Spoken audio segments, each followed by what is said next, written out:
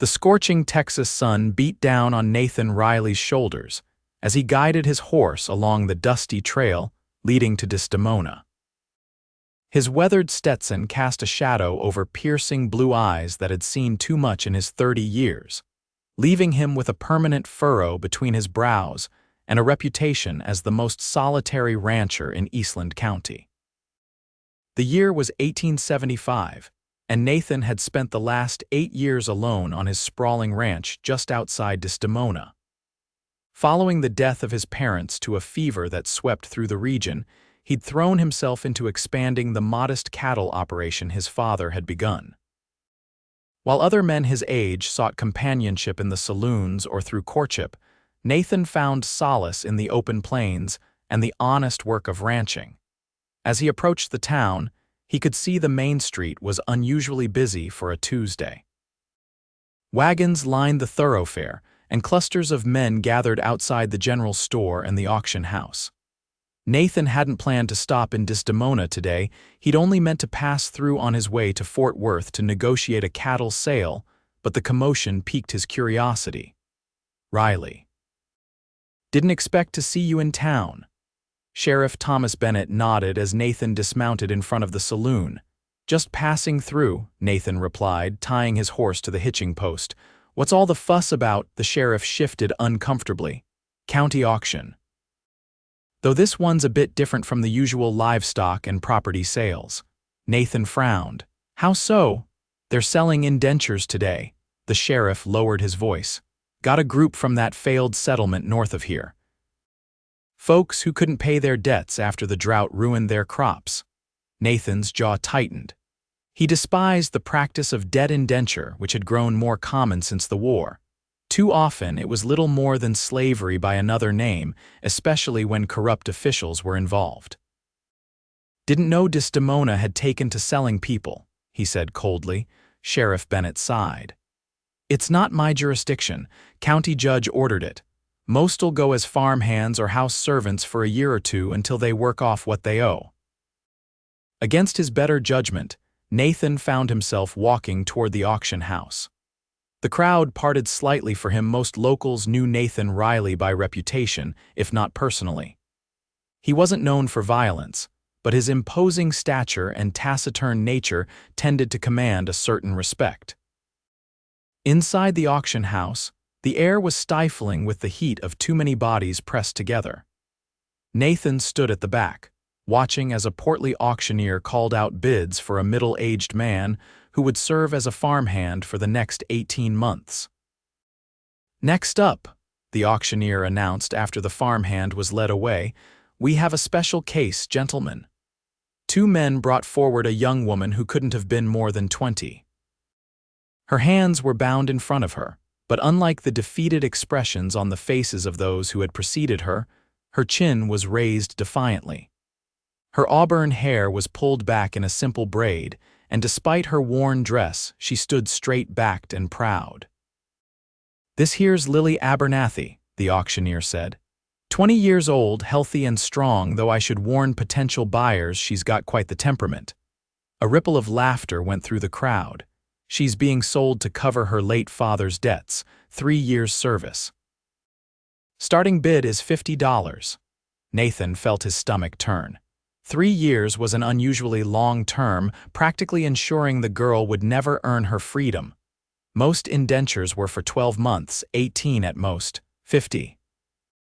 Called a man Nathan recognized as Frank Wilson, owner of the local saloon. Nathan knew what kind of service Wilson would expect from a young woman. 60, shouted another man, Edgar Prescott, a wealthy rancher known for working his hands to exhaustion. The bidding continued, and Nathan found himself studying the young woman. Despite her precarious position, there wasn't a hint of fear in her expression, only cold fury and determination. $120, called Wilson with a leering smile. The auctioneer looked around the room. "Do I hear 130? 130 for this fine young woman. She may need some breaking in, but she'll serve well enough once she learns her place." At this, the woman Lily spat on the ground. "I'll die before I'm broken by any man here." Her voice rang clear and strong, silencing the room momentarily before nervous laughter and crude comments broke out. "As I said, gentlemen, a spirited one," the auctioneer continued. "120 going once." $300, Nathan heard himself say before he'd even made the conscious decision to speak. The room fell silent as all heads turned toward him. "Well, well," the auctioneer said, recovering quickly. "Mr. Riley has entered the bidding." $300 from the gentleman in the back. Nathan could feel Lily's eyes on him now, assessing him with the wariness of a cornered animal. He met her gaze steadily, trying to convey that his intentions were honorable, though he wasn't entirely sure what had compelled him to bid in the first place. $350, countered Wilson, his expression darkening. $400, Nathan responded immediately. Wilson glared at him. $500. Nathan knew he was being foolish. He had the money, his ranch was profitable, and he lived simply, but what would he do with an indentured servant? Especially one as clearly rebellious as this woman, yet something in her proud stance and unflinching gaze compelled him. $800, he said firmly. A murmur ran through the crowd. It was an outrageous sum for an indenture. Wilson hesitated, then shook his head. Even for him, it was too steep a price. $800 going once, going twice, sold to Nathan Riley. The auctioneer banged his gavel with obvious satisfaction. As Nathan approached to complete the transaction, he could feel the weight of Lily's stare. Her expression had shifted from defiance to cautious confusion. "I'll need you to sign here, Mr. Riley," the clerk said, pushing forward a document. "This transfers the indenture to you for a period of 3 years or until the debt of $800 is satisfied, whichever comes first." Nathan signed, paid the sum, and was handed a copy of the contract. The men who had brought Lily forward now untied her hands and practically shoved her toward Nathan. "She's all yours," one of them said with a smirk. "Good luck taming that wildcat." Nathan ignored him, instead addressing Lily directly. "My horse is outside. We have a long ride ahead of us." She eyed him suspiciously but followed him out of the auction house. On the street, several onlookers watched with undisguised interest. "You paid too much," she said bluntly as he untied his horse. "Probably," he agreed, adjusting the saddle. "Why?" Nathan paused, considering the question himself. "Wilson would have made you work in his saloon," her expression hardened. "I know what kind of work that would have been." "And Prescott works his hands until they drop." Neither seemed like a good option. "And what kind of work will you have me do?" she asked, wariness evident in her voice. "My ranch needs tending. The house, too, I manage alone, but there's always more to be done than time to do it." He met her eyes. "I won't ask anything dishonorable of you, Miss Abernathy." She studied him, clearly trying to determine if he could be trusted. "I've heard of you, Mr. Riley. They say you keep to yourself." "I do. They also say you're fair." Nathan nodded, then gestured to his horse. "Can you ride?" For the first time, a hint of a smile touched her lips. "Better than most men in these parts, I'd wager." "Then we'll stop and get you a horse before heading to the ranch. I'm not having you ride double with me for 15 miles. The surprise was evident on her face. "You're going to buy me a horse. You can't work a cattle ranch without one." He swung up into his saddle, "And I don't share well." Nathan rode to the livery stable at the edge of town, Lily walking beside his horse. The stable owner, Morris Jenkins, greeted them with raised eyebrows. "Heard you made quite the purchase at the auction, Riley," Jenkins said, eyeing Lily. "Need a horse," Nathan replied, ignoring the comment. "Something steady but with some spirit." Jenkins looked bemused. "For the lady?" "Yes. I've got a bay mare, 4 years old, well-trained but plenty of fire left in her." Nathan dismounted and followed Jenkins to a stall where a muscular bay mare stood. The horse had intelligent eyes and a proud carriage that reminded Nathan of Lily herself. "She'll do," he said after a brief inspection. "Saddle her up." While Jenkins prepared the mare, Nathan turned to find Lily staring at him with an unreadable expression. "What?" he asked. "I'm trying to figure you out, Mr. Riley," she said. "Most men who buy indentures don't immediately spend more money on a horse for them." I told you you'll need a horse to work, he paused, and it's Nathan. Jenkins returned with the saddled mare. After a brief negotiation and exchange of money, Nathan handed the reins to Lily. What's her name? She asked, stroking the mare's neck. Doesn't have one yet, Jenkins replied. Just got her last month from a trader passing through. Lily studied the horse for a moment. Copper, she decided, noting the reddish highlights in the bay coat. Her name is Copper. Nathan mounted his own horse, a sturdy black gelding named Thunder, and nodded toward the road leading out of town. We should get moving if we want to reach the ranch before dark. As they rode out of Desdemona, Nathan was acutely aware of the stares following them. He'd never been one to court attention, and now he'd made himself the subject of town gossip for weeks to come. Beside him, Lily sat straight in her saddle, handling the mare with obvious skill. The wariness remained in her eyes, but there was something else there too, a flicker of what might have been hope. They rode in silence for several miles, the dusty road winding through scrubby rangeland dotted with mesquite and live oak. The June heat beat down relentlessly, but a slight breeze made it bearable. My father wasn't a wastrel, Lily said suddenly, breaking the silence. He was a good man who had bad luck. Nathan glanced at her. I didn't say he wasn't. He came to Texas to start fresh after my mother died. Bought land north of Desdemona, tried to make a go of it farming. Her voice grew bitter. Then the drought came. 3 years of barely enough rain to keep us alive, let alone grow crops. He had to borrow money to plant each spring, hoping for a harvest that never came. The bank called in the loans when he died, she nodded. Fever took him 2 months ago, same as took your parents from what I've heard. Nathan raised an eyebrow. You've been asking about me? I make it a point to know who's who in the county. She looked straight ahead, safer that way. And what did you learn? That Nathan Riley keeps to himself, runs one of the most successful cattle operations in the region, and hasn't shown interest in a woman since his fiancée left him for a railroad man 6 years ago. Nathan's jaw tightened. He hadn't expected that particular piece of information to be common knowledge. People talk, Lily said, as if reading his thoughts. Especially about a man who chooses to live alone when most are desperate for companionship out here. I'm not alone, Nathan said. I have my cattle. To his surprise, Lily laughed a genuine sound that transformed her face. Is that supposed to be reassuring, that you prefer the company of cows to people? Despite himself, Nathan felt the corner of his mouth twitch. Cows are predictable, people aren't. That's fair, she conceded. After a pause, she asked, what exactly will my duties be? You said the ranch and house need tending. The house needs a thorough cleaning. I manage the basics, but it could use a woman's touch. He immediately regretted his choice of words. I mean, it needs proper attention. There's cooking too, I'm no good at it. And when it comes to the ranch, I can use help with the horses, mending fences, and during roundup and branding. You'll let me work with the cattle, surprise colored her voice. Can you? My father had a few head. I know my way around them. She straightened in her saddle. And I'm a good shot too, can handle both rifle and pistol. Nathan nodded, impressed despite himself. Those skills will be useful. They continued riding, the landscape gradually changing as they moved further from town. The flat rangeland gave way to gentle hills, with deeper gullies cut by seasonal streams.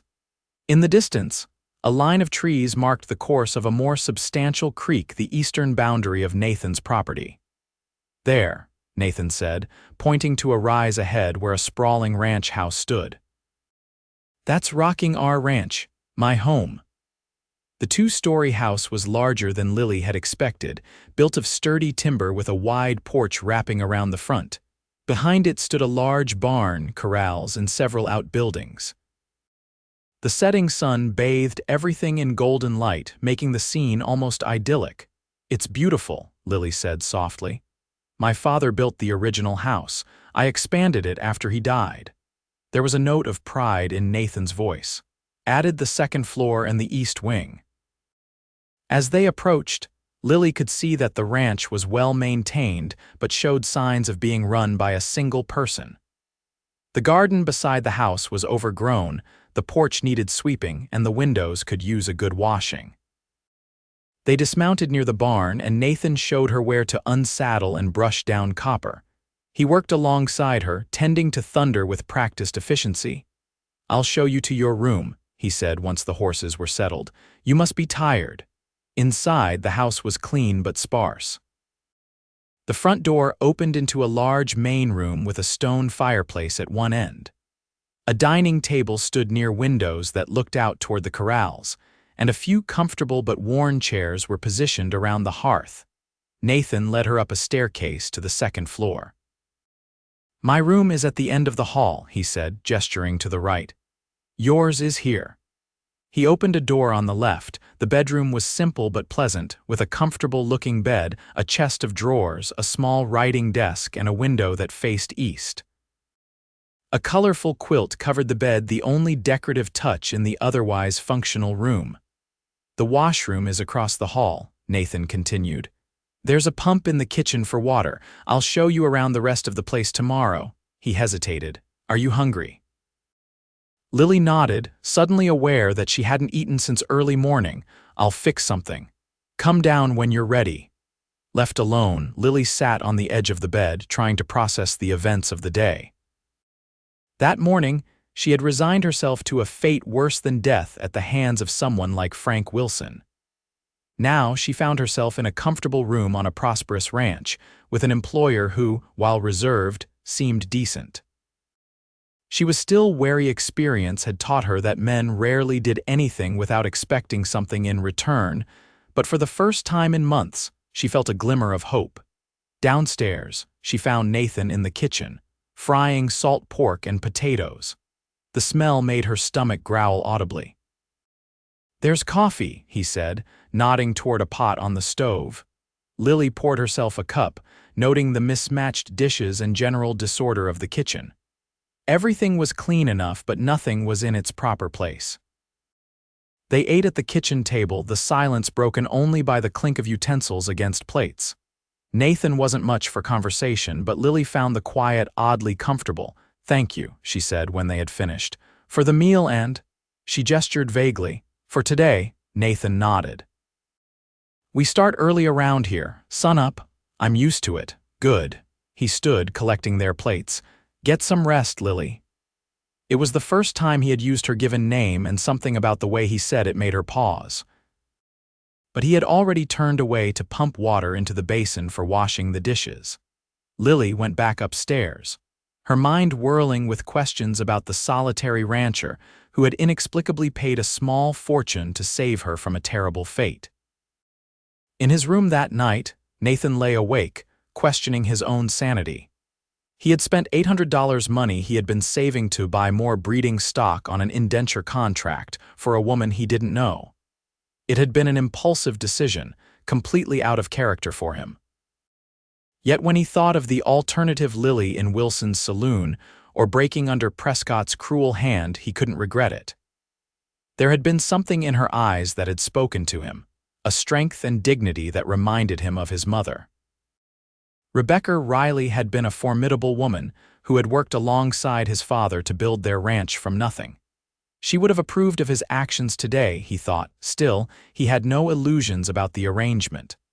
Lily was here because he had purchased her indenture, not by choice. She had every reason to resent him, regardless of his intentions.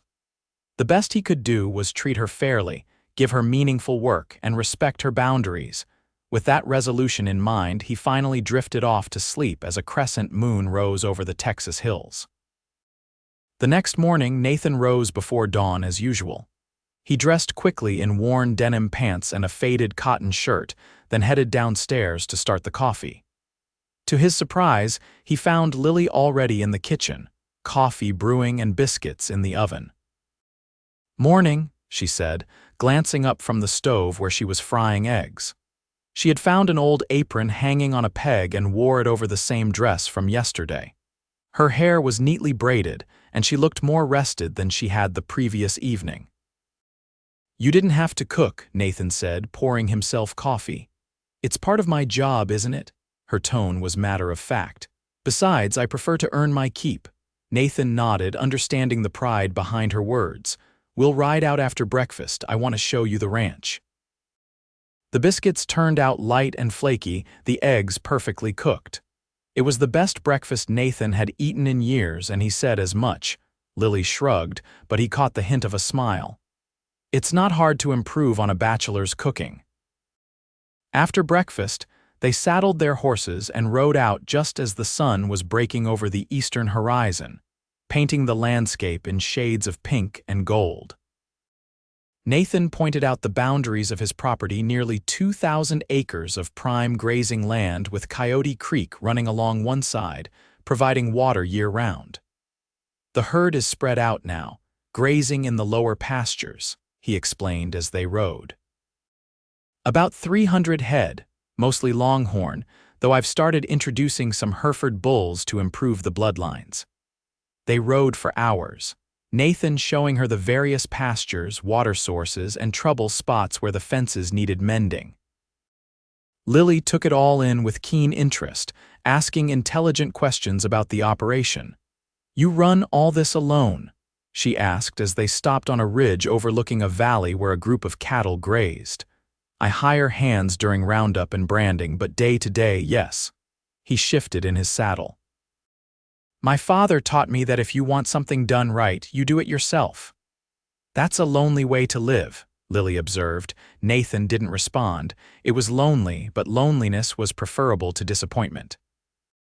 After Caroline had left him for the railroad executive, he decided relationships weren't worth the inevitable pain.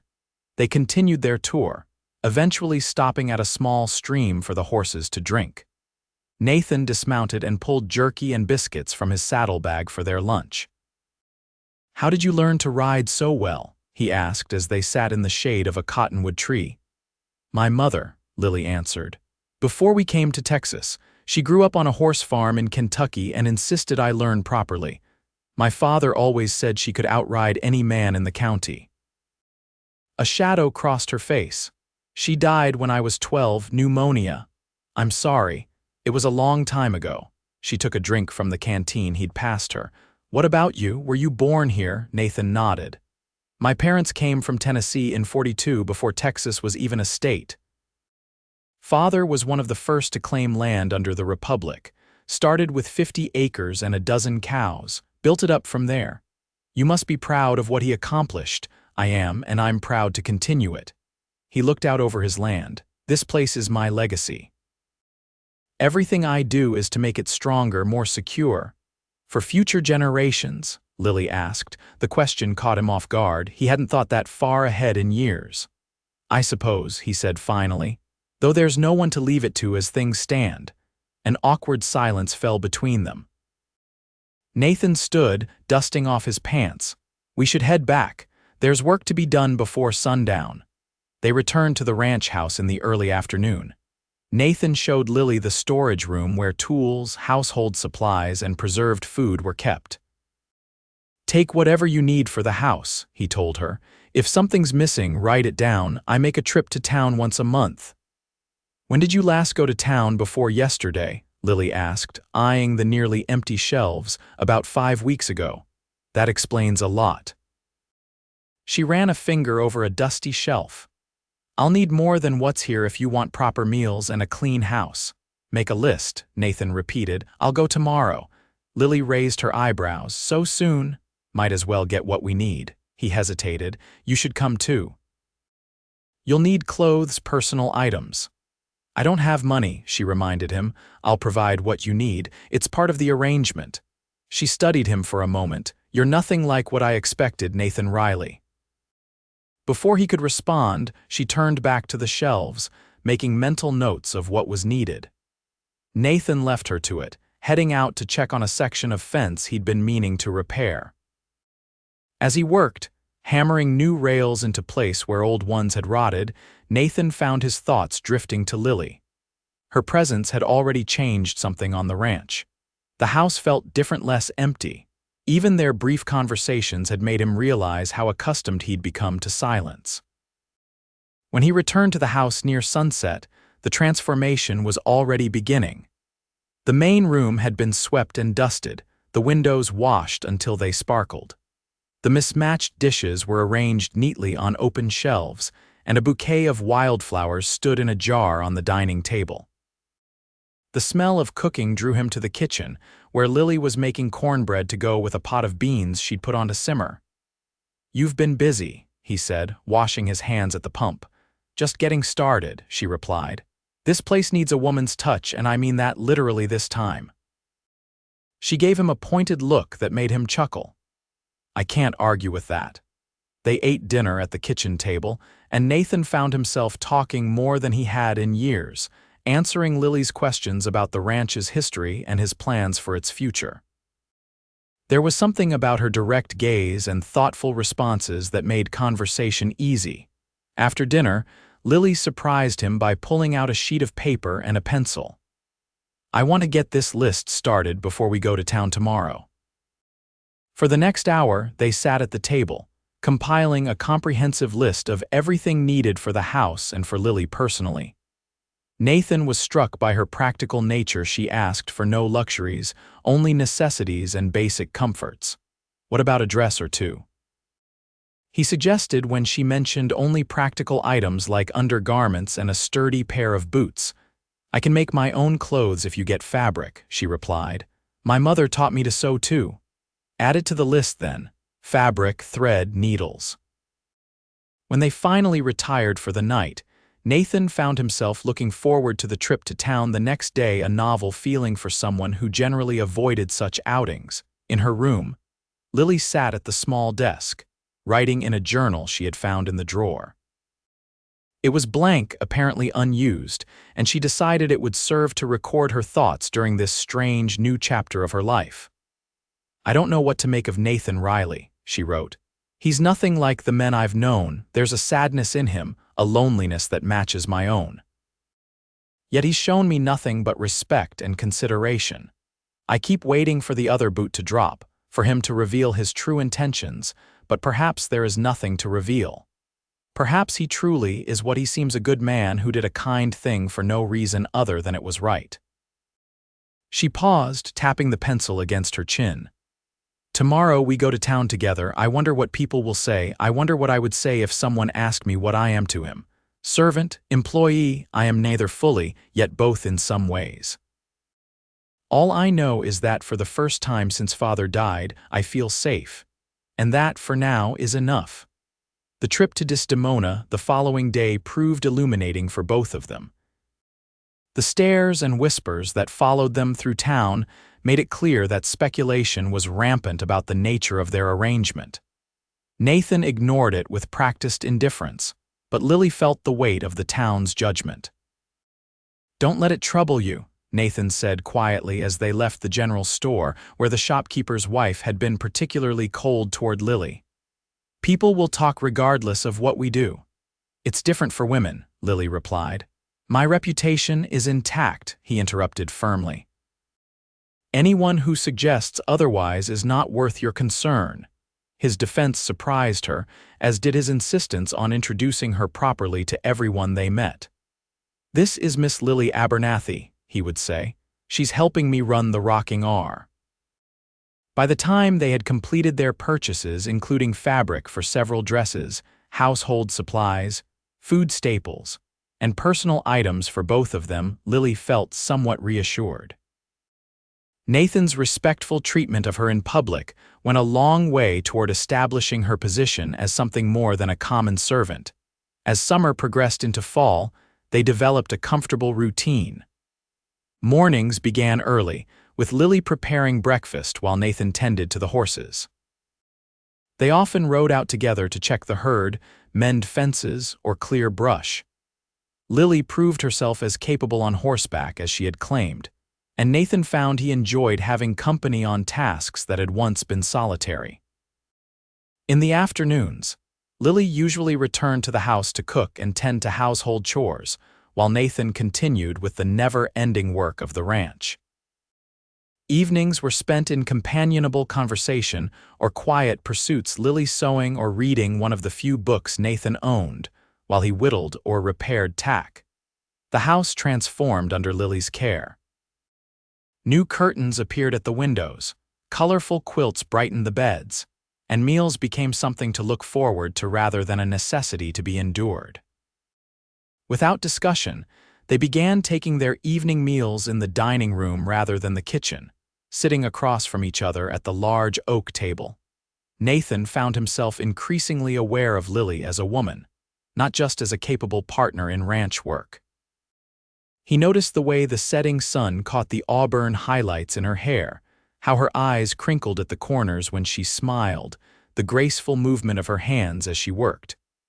But he kept these observations to himself, mindful of the power imbalance in their arrangement. For her part, Lily was developing feelings she hadn't expected. Nathan was unlike any man she had known, quiet but not cold, strong but never threatening, independent yet willing to admit when he needed help. He respected her opinions and valued her work, treating her as an equal partner in many ways, but the contract between them cast a shadow over any deeper connection.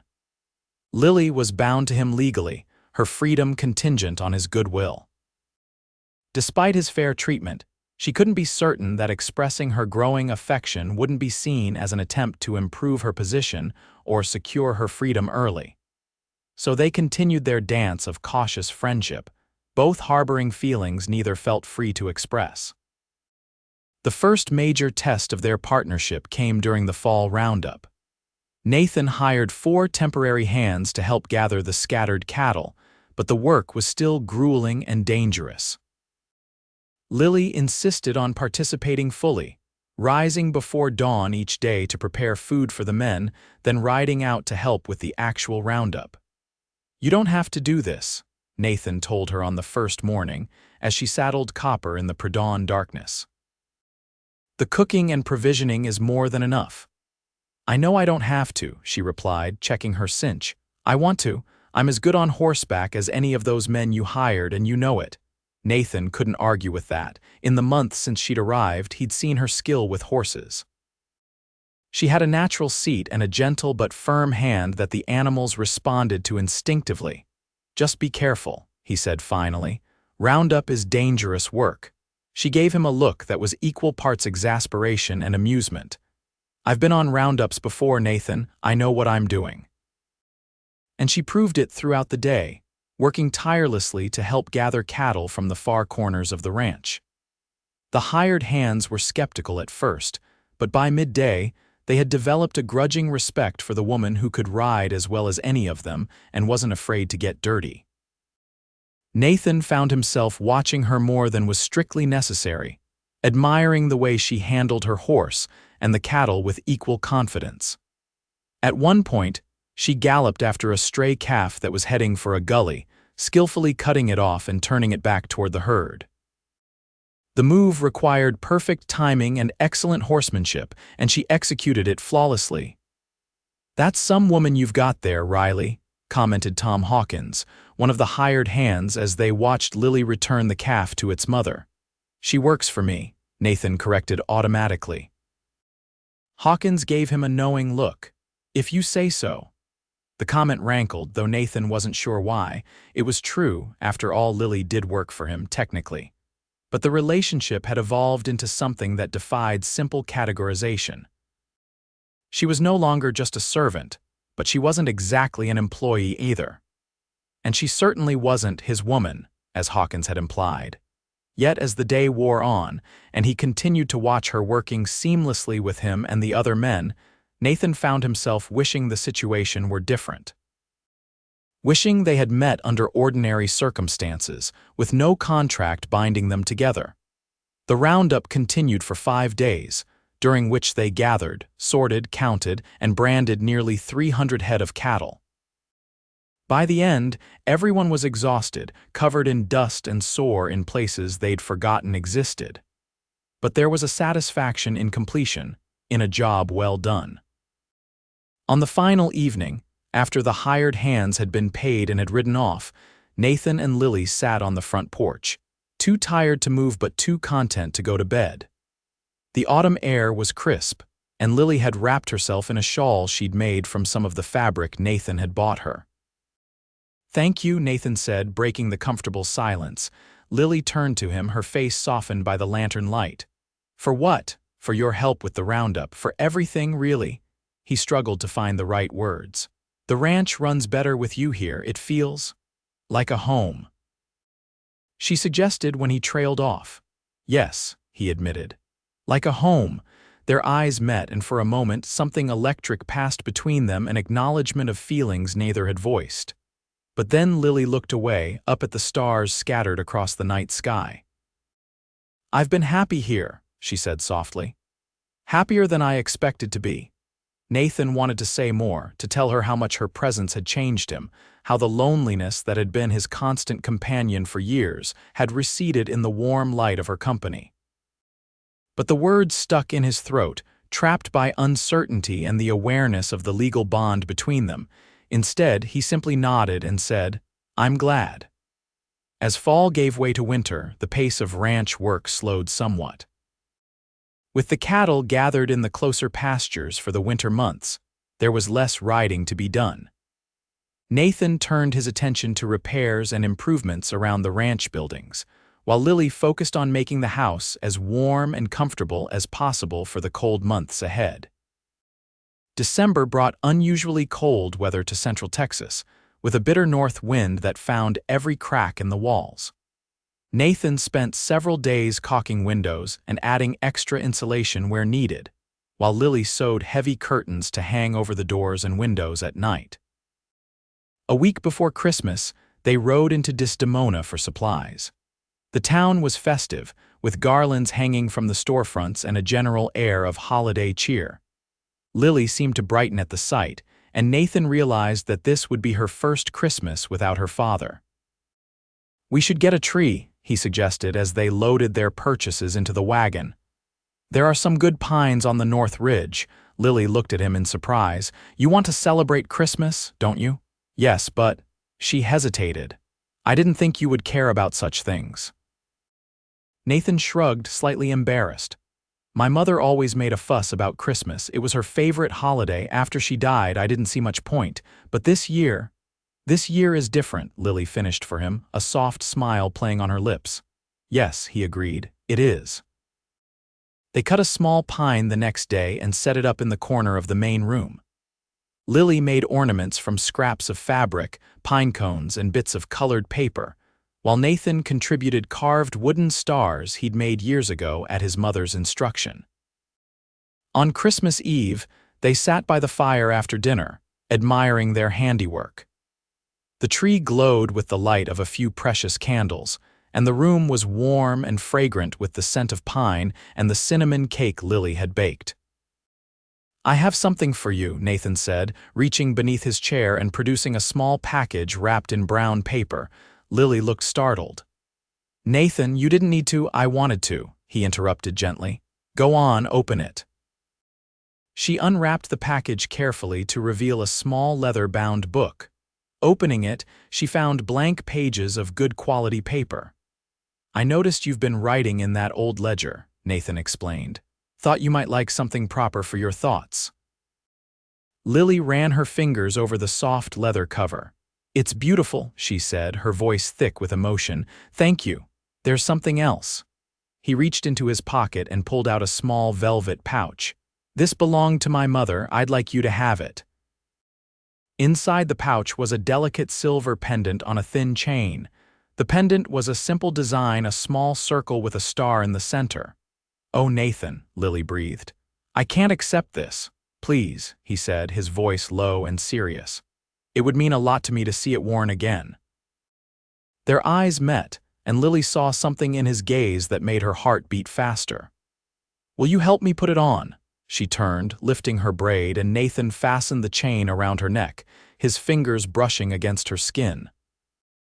The touch sent a shiver through her that had nothing to do with the winter cold. When she turned back, they were sitting closer than before. The firelight cast a warm glow on their faces, softening the lines of worry and work that marked them both. I have something for you too, Lily said, suddenly shy. She reached behind the cushion of her chair and pulled out a package. It's not much. Nathan unwrapped it to find a hand-knitted scarf in deep blue wool. "When did you make this?" he asked, running his hands over the soft, even stitches. "In the evenings, after you'd go to check the barns. I've been hiding it for weeks," she smiled. "Do you like it?" "It's perfect," he said, wrapping it around his neck. "No one's made me anything in years." "Well, that's a shame," Lily replied. "You deserve nice things, Nathan." The words, simple as they were, touched something deep within him. For so long, he had focused on what he needed, never what he might deserve or want beyond the basics of survival and running the ranch. "Lily," he began, not sure what he was going to say but feeling the need to say something. But she stood suddenly. "I should get to bed. Morning comes early, even on Christmas." Nathan nodded, fighting disappointment. "Of course. Good night, Lily." "Good night, Nathan, and thank you again for the gifts." He watched her go up the stairs, the silver pendant glinting at her throat. Something had shifted between them tonight, something significant. But Nathan wasn't sure if it was a beginning or an ending. Christmas Day dawned clear and cold. They exchanged no more gifts, but the day had a special quality nonetheless.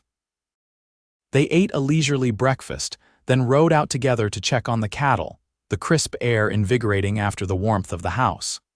In the afternoon, they prepared a special dinner: a roast chicken, potatoes, and the cinnamon cake from the previous day. As they sat at the table, Nathan found himself studying Lily's face in the glow of the candles. The silver pendant rested at the base of her throat, catching the light when she moved. "This has been a wonderful Christmas," she said, raising her glass of cider. "Thank you, Nathan." "Thank you," he returned, "for making this house a home again." The words hung between them, heavy with meaning. Lily's eyes searched his, and for a moment Nathan thought she might speak the words that had been growing in his own heart. But the moment passed, and they finished their meal in companionable silence. The winter months passed slowly. January brought a rare snowfall that blanketed the ranch in white for 3 magical days before melting into mud.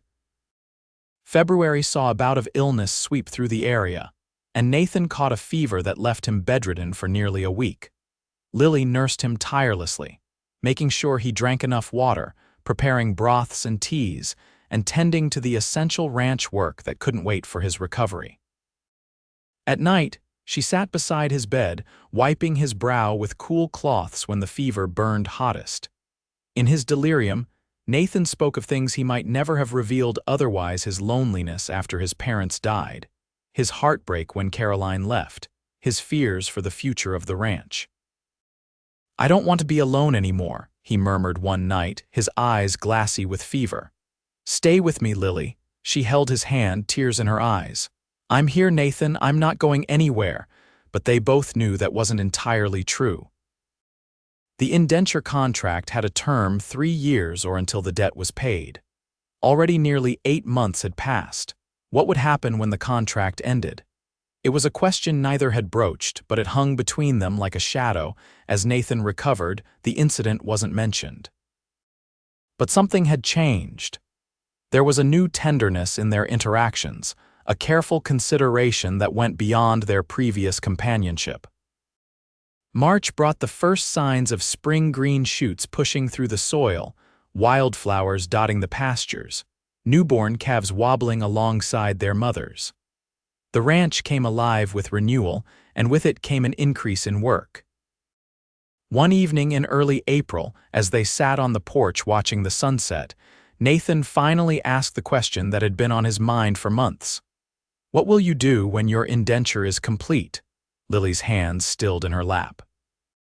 She had been mending one of his shirts, the familiar task keeping her fingers busy while they talked. "I don't know," she answered honestly. "I have no family left, no home to return to."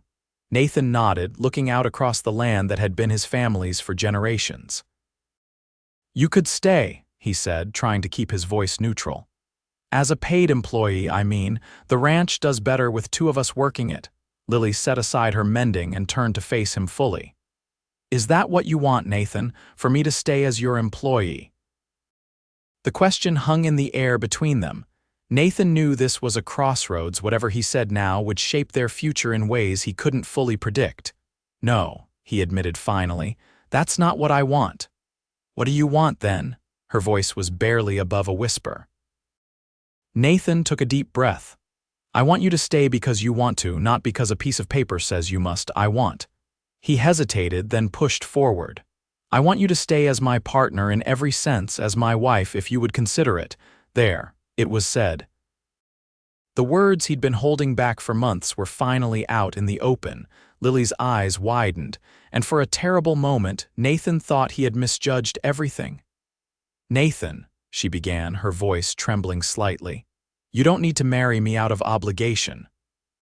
The contract, this has nothing to do with the contract, he interrupted. Burn the contract. I should have done it months ago. He reached for her hands, enclosing them in his own. I love you, Lily. I think I started falling in love with you that first day when you stood so proud at that auction, refusing to be broken. And every day since has only made me more certain. Tears welled in Lily's eyes, but they were accompanied by a smile that made Nathan's heart race. I love you too, she said. I've been so afraid to say it, afraid you would think I was just trying to secure my freedom or improve my situation. Never, he assured her, lifting one hand to cup her cheek. I know you better than that. She leaned into his touch. Ask me properly then. Nathan slid from his chair to one knee, still holding her hands. Lily Abernathy, will you marry me? Not because of any contract or obligation, but because I love you and want to build a life with you on this land. Yes, she answered without hesitation. Yes, I will marry you, Nathan Riley. He pulled her to her feet and into his arms, finally allowing himself to hold her the way he had dreamed of for months. When their lips met, it felt like coming home after a long journey, familiar and new all at once. The next day, Nathan rode into town and returned with the indenture contract. Together, they burned it in the fireplace, watching as the legal bond between them turned to ash while the deeper bond of love grew stronger. They were married in May, with the ranch in full bloom around them.